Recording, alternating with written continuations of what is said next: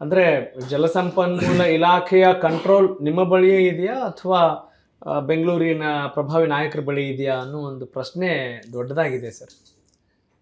ಯಾರು ಬೆಂಗಳೂರು ನಾಯಕರು ಯಾರು ಇಲ್ವಲ್ಲ, ನಮ್ಮನ್ನು ಬಿಟ್ಟರೆ ಯಾರಿದ್ದಾರೆ ಅಂತ ಹಾಗಂತೇನೆ.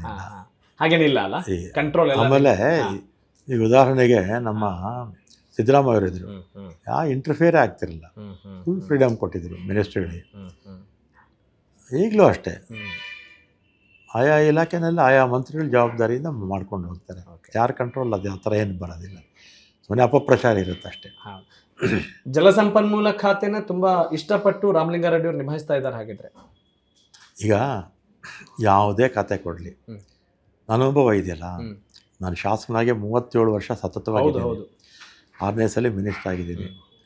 ಯಾವ ಖಾತೆ ಕೊಟ್ಟರು ಕೂಡ ಸಮರ್ಪಕವಾಗಿ ನಿಭಾಯಿಸ್ಬೋದು. ಆದರೆ ನಾವು ಇಚ್ಛಾಶಕ್ತಿ ಇರಬೇಕು.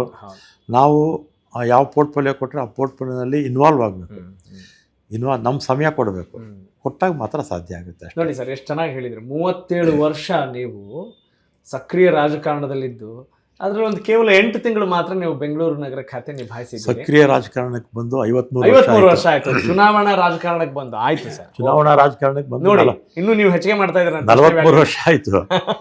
83ರಲ್ಲಿ ನಾನು ಕಾರ್ಪೊರೇಷನ್ ನಿಂತಿದ್ದು, 43 ಅಂದ್ರೆ 43 ವರ್ಷ ಅಂತ ಹೇಳಿದ್ದಕ್ಕೆ ನಾನು ಆ ವಿಚಾರ 37 ವರ್ಷ ಆಗಿ ಶಾಸಕನಾಗ ಆಯಿತು.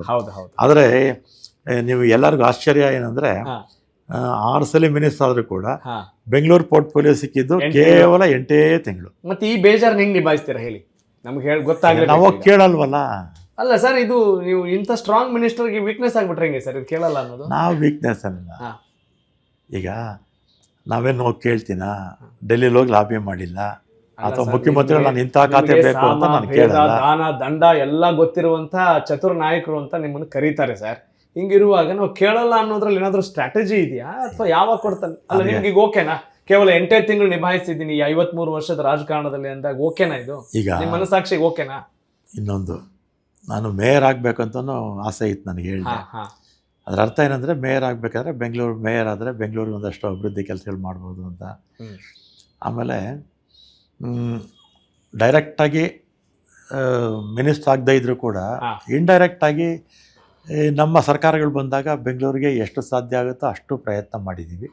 ಆದರೆ ನೇರವಾಗಿ ಅಧಿಕಾರ ಇದ್ದರೆ ಇನ್ನೂ ಹೆಚ್ಚು ಮಾಡ್ಬೋದು. ಅಲ್ಲ ಸರ್, ಈಗ ನಿಮ್ಮಂಥ ದೊಡ್ಡವರಿಂದನೇ ನಾವು ಕಲ್ತಿರ್ತೀವಿ ನೋಡ್ರಿ, ಮಗು ಅಳದೆ ಹೋದರೆ ಅಮ್ಮ ಹಾಲು ಕೂಡ ಕುಡಿಸಲ್ಲ ಅಂತೇಳಿ. ಅಂಥದ್ರಲ್ಲಿ ಇಷ್ಟೆಲ್ಲ ಗೊತ್ತಿರುವಂಥವ್ರು ಏನು ಕೇಳಲ್ಲ, ಅದು ರಾಜಕಾರಣದಲ್ಲಿ.